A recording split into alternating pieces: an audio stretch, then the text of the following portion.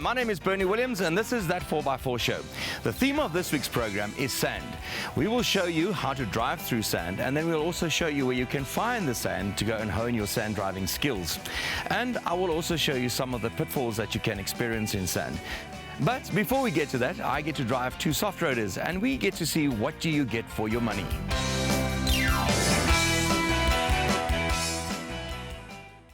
Its cousin is said to be the most popular SUV in all of China. Its other cousin competed in the Dakar Rally Raid and came 6th overall. And it sells for only 280,000 Rand, brand new. It is the latest GWM H5, and it's also a 4x4. Well, that is theoretically. But more on the 4x4 part a bit later. Let's first talk design.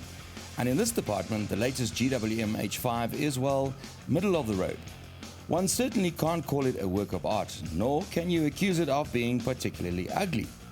So it's functional and safe. It's all rather conservative and, dare we say, predictable. But that's maybe not a bad thing. Just look how well Toyota did with being predictable. Anyway, this Chinese lorry's biggest selling point is not its Naomi Campbellness. Instead, it's the value for money that really counts. It's really here in the interior where the value for money strikes you. And this is where you're going to spend most of your time in any case in the H5. You'd think that at the price, the Chinese factory would use curtain material for the seats, garden furniture plastic for the dashboard, and a steering wheel from a Massey Ferguson tractor. But it's not like that at all. No, it's not nearly on the same level as the top-end SUVs, but let me tell you, it's way better than you'd expect it to be at this bargain price. This includes an electrically adjustable driver's seat, dual-zone air conditioning, a snazzy infotainment system with a reverse camera, and plenty of Chinese cow for the interior. So you've got to say that so far it's looking pretty good for the H5. But will it continue in the same vein on the road?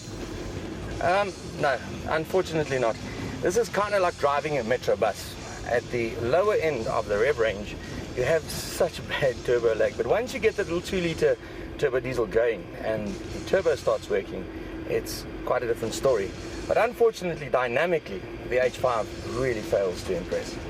Yes, it has a 6-speed manual gearbox, and yes, it has 110 kilowatts of power and 310 newton meters of torque, which is said to be available from 1,800 RPM. This all sounds just dandy on paper, but on the road, the numbers and the actual driving experience don't quite match up. The refinement, the turbo lag, the sloppy gearbox, and the steering feedback are adequate at best. Okay, so one has to place this in context with the price. Oh yes, and I almost forgot, this is actually a 4x4 as well. Yes, it is a 4x4, but curiously enough, GWM have decided to do away with the transfer case which was present in the previous H5 model. So now, by default, you have a rear-wheel drive vehicle, but you have a selector button where you can select all-wheel drive, thus giving you a 50-50 split between the front and rear axles, but in high range. Which is kind of weird. Because of the 50-50 split with a locked center differential, you can't drive it on-road in four-wheel drive. It's only suited to gravel and sand-type driving. This is mostly pointless if you buy this GWM because it's a 4x4 and you want to use it to drive through rivers and dongas and over rocks. Without any low range and any other traction aids like rear differential lock or traction control, the new H5 is therefore without a doubt a pavement special soft roader. Theoretically, the 4x4 button really kind of feels gimmicky. But can this 280,000 Rand pretend 4x4 really go the extra off-road mile? But more importantly, how would this compare with a similar 4x4? Like another SUV that has been labeled as a bit of a pavement special with a finicky 4x4 system. It's also a turbo diesel and it has leather seats and a reverse camera, just like the GWM. The only major difference is that Formula 1 world champion Sebastian Vettel drives one. Oh yes, and it's a little bit less affordable than the H5. Join us later in the program when we compare apples with, well, not apples. And now, sand. Whether it's Namibia, Botswana, Mozambique, even here at home, at some point you're bound to experience deep sand in all your travels. Here are some of the problems that you might encounter when driving in thick sand.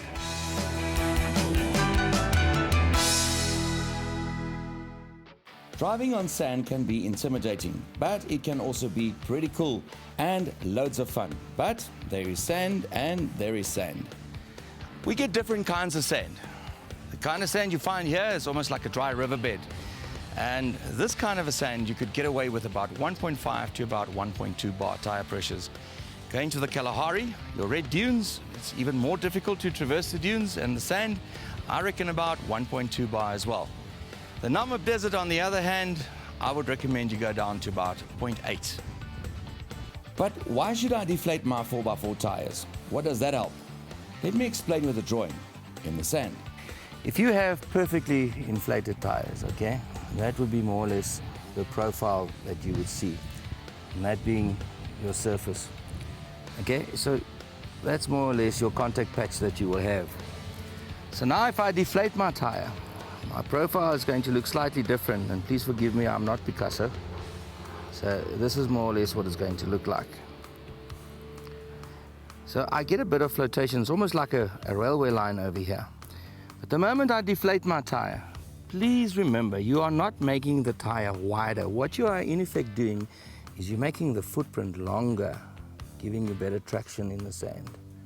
And that's what you need. You need flotation. You need to basically stay on top of the sand. That is why we deflate tires in the sand.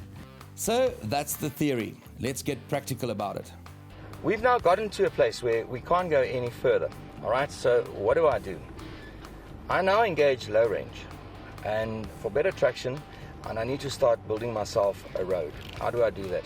I can't go forward, but however, it's possible to move backwards, even if it's just by 2 or 3 centimeters. So I start going backwards as far as I can, stop, go forward again as far as I can. Then I go back again. You'll find every time you go ever so slightly further. Okay, and all the time stay in the track that you're building. And now we've got ourselves a nice little hard road to drive from, and I can get a little bit more momentum. So off I go. There we go, on our hard track. Easy, climbs out like nothing. Something else that's very important when driving in sand, and you need to stop. Let the vehicle roll to its own stop. Do not brake. The moment you hit the brakes, you're actually building a wall of resistance in front of the tires, and you're making it more difficult for yourself to pull away again once you need to move on. So look what happens when I hit the brakes hard. The car almost manages to dig itself back in. Now, when I want to pull away, I got a problem. Okay, so what do I do now? Now I've got to go back again in order to get over that little wall that we've just built ourselves. I go back, and I come again, and I drive through that little sand wall. There we go. Some people say that a 4x4 is not necessary to drive in sand, and that with a 2x4 with a rear diff lock, you can get just as far as a 4x4. In theory, maybe yes, and that is if you are without a trailer. But it's a different story when it comes to steep slopes, sand dunes, and even dry riverbeds. Let's find out.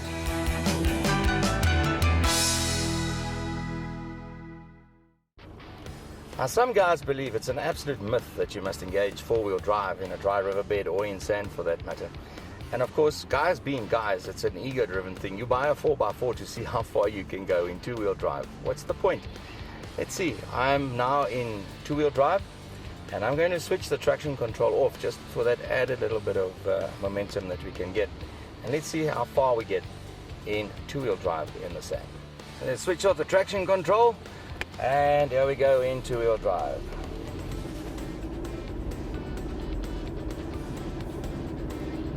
Not very effective. We're not really going anywhere fast.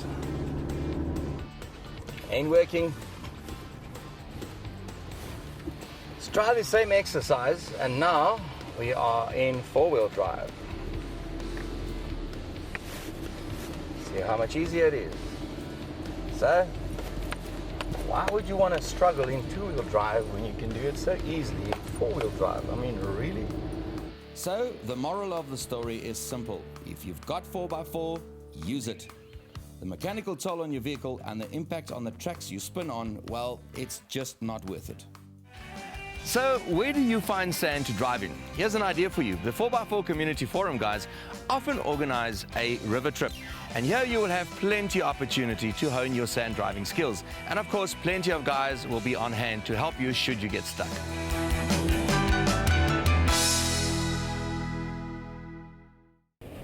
With all this talk about sand, we now bring you, well, more sand. Every year, the lads and girls from the 4x4 Community Forum head down to the town of Giyani in the Limpopo province. The adventurers normally meet up at the Arte Coffee de Eiland on the banks of the Letaba River, about 70 kilometers east of the town of Tsanin. This is where our hosts Marius and Ben's dog Gimli camped the first night. Early the next morning, they headed down to a central meeting point where they met up with the rest of the crew of 5 Land Rovers, 2 Jeeps and a Toyota Land Cruiser. And this is now officially where the fun starts. The adventurers enter the mostly dry riverbed here and then follow the river for approximately 55 kilometers before leaving the sand and rocks behind, virtually a rock's throw away from the Kruger National Park. The plan of action is simple here: negotiate the soft and in places tricky sand, clamber over the boulder fields when needed, and sometimes negotiate some water as well. But the first day wasn't very old before the first action arrived on the scene. 2 Land Rovers got bogged down in tandem in the soft sand. And how do you recover 2 Land Rover Defenders that are stuck next to each other in soft sand? With 2 Land Rover Defenders, of course. Definitely not a Land Cruiser, Bucky, thank you. The 2 Defenders were soon extracted and the convoy continued east towards the Kruger. Although the sand presents a unique set of challenges, the rocks, which are hidden under the water in the rainy season, provide a tough challenge too. Hey, that's the Jeep Cherokee we featured last week, and owner Charles Murray is towing a trailer over the rocks. That's a little bit impressive. And determined that the Landies and Jeeps won't have all the airtime for themselves, our cruiser man has also joined the rock crawling fun. Slow and steady, he makes it through too. Finally, after a long day in the saddle, it was time to set up camp in the dry Letaba River. This is what makes overland adventures so amazing. Camping in the middle of the bush with not a person or politician in sight. Beautiful. Looks like an awesome trip, and most certainly the kind of trip we'd want to take our disco on someday when it's done.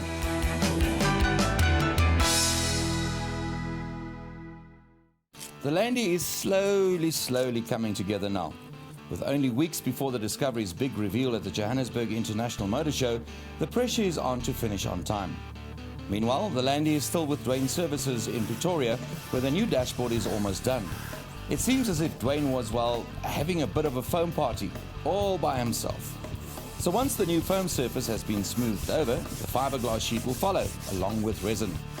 And then finally, the Landy will go back to AK leather, where the new dash will be covered in a black vinyl trim. After the dash has been shaped, take weaved fiberglass mat, work it in. So you can take the shape, and then after you put the mat on, you just put fiberglass on it, wait for it to dry, and you can just work it off and shape it. It's time to get serious and test the GWM against something that is exactly the same,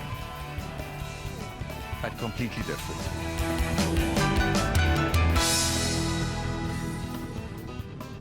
Really, it makes perfect sense. Both are turbo diesels and both have independent front suspensions, both have reverse cameras, both have leather seats, and they each have a 4x4 drivetrain, combined with limited ground clearance and, well, a pavement parking kind of image. The only real difference is the price. The GWM sells for 280,000 Rand, while the Infinity retails for just, well, for a bit more. Which is why we decided to do a test between the GWM H5 and this, the Infinity FX 30D S. Before we get down to the business of the comparison test, let's talk Infinity FX, because it is rather special in its own right.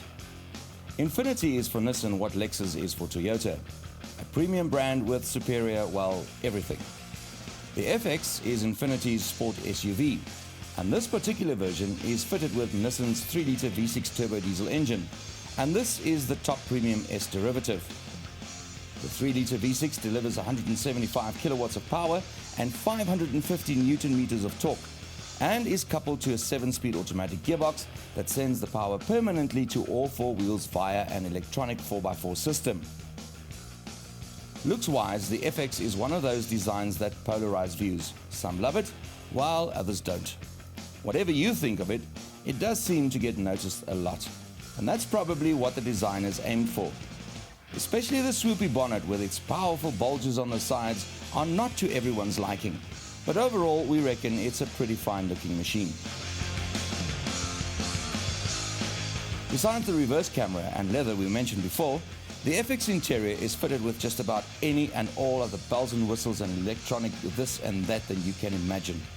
It's really sporty with its paddle shift gearbox and plenty of horses, and it's sumptuously luxurious. Yet there is maybe just a tiny bit too much Nissan in here, which slightly muddles the super luxurious water. Infiniti currently sells about 10 FXs per month, which is kind of what they aim for.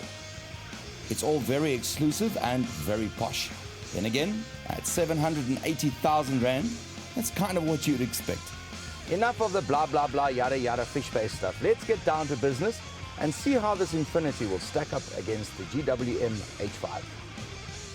As always, we've consulted with some, scientists and come up with some really scientific tests to be able to properly compare the H5 with the FX. So, to test number one then.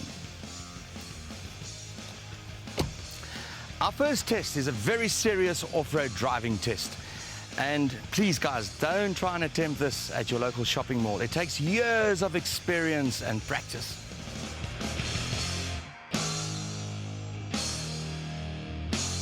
Okay, so the GWM has 175 millimeters of ground clearance and a 4x4 system that in high range locks the center diff and gives you a 50-50 split between the front and rear axles. Time to find out then if the H5 can still go some ways off-road or not. So 4x4 system engaged, first gear, an experienced 4x4 driver behind the wheel. Well, let's hold thumbs. So that was really impressive. The H5 scaled the pavement without any traction or ground clearance issues. So it certainly got the job done.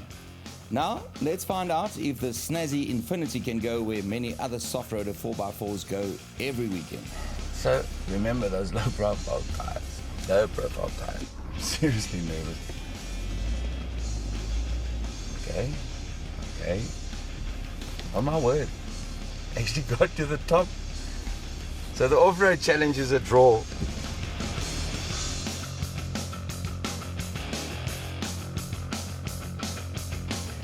Sometimes in the line of duty, you need to lay your life on the line.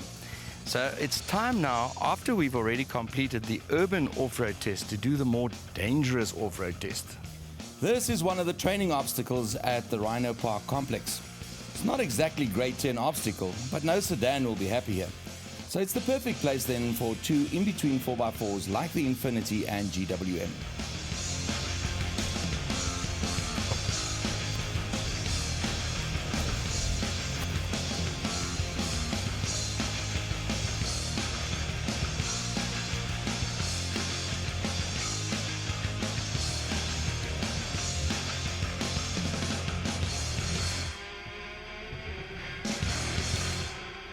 Amazingly, the FX, with its electronic 4x4 system that allocates power between the four wheels as required, makes it up and over the obstacle without incurring permanent damage. Although, I did have to adjust my approach a couple of times. Now it's time to see if the H5 can do it as well. With a fraction more engine revs to get around the turbo lag issue, the H5 goes up much easier than the Infiniti. Going down, the Chinese lorry's wheels don't lift nearly as easily as the FX's, and it makes it down without breaking much of a sweat. Although both softies completed the test successfully, you'd have to say the GWM had the Infiniti's number here.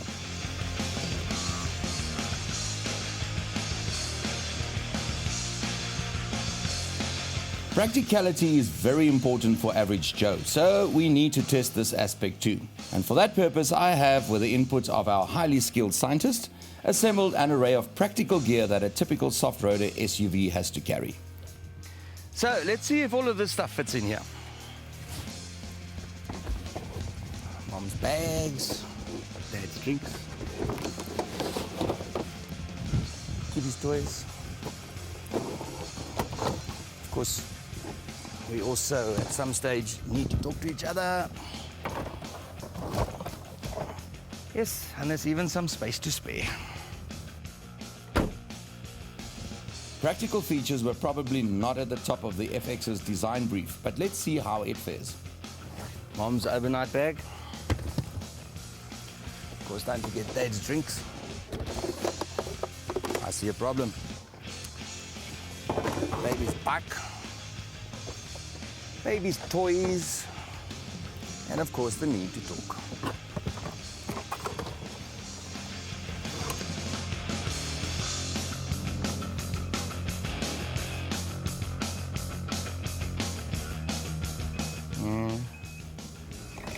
What? Guess I was wrong.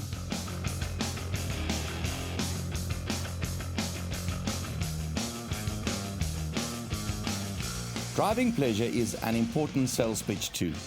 But as we said earlier in the program, driving pleasure is unfortunately not so high on the GWM H5's list of good points. On tar, it's not great, and ultimate refinement and dynamics are just, well, not there. But it's also not so bad. On dirt, the game changes completely. The GWM is not happy at all on dirt, and especially the tail likes to get a bit bouncy on you. There are no electronics in here. Remember to help you out when you run out of talent mid-corner. It's a whole different game in the FX's cabin. Here, it is super solid and super composed with an army of electronics looking after the driver. The 175 kilowatt engine, the auto gearbox with its paddle shifters, the sport-tuned suspension and the feel of the car. It's all very cool. It was loads of fun, man. You got no idea. So this test is a no-brainer. It's the 780,000 Rand Infinity that gets the nod here, no question. If money is not a problem, then the Infinity is probably not a bad call for 850,000 Rand. However, for 270,000 Rand, you get a whole lot of car here, guys. So is an extra 500,000 Rand really worth it? Personally, I don't think so. Well, folks, unfortunately, that's all we have time for this week. And if you were wondering where Wim Hannes is, he's working very hard in the Kruger National Park. And I hope to see you all again next week. In the meantime, please keep left, pass right. Catch all the latest motoring news in Leisure Wheels magazine. If you want more information about that 4x4 show, find us on Facebook. There you will also find more information about that 4x4 trip in conjunction with Leisure Wheels magazine.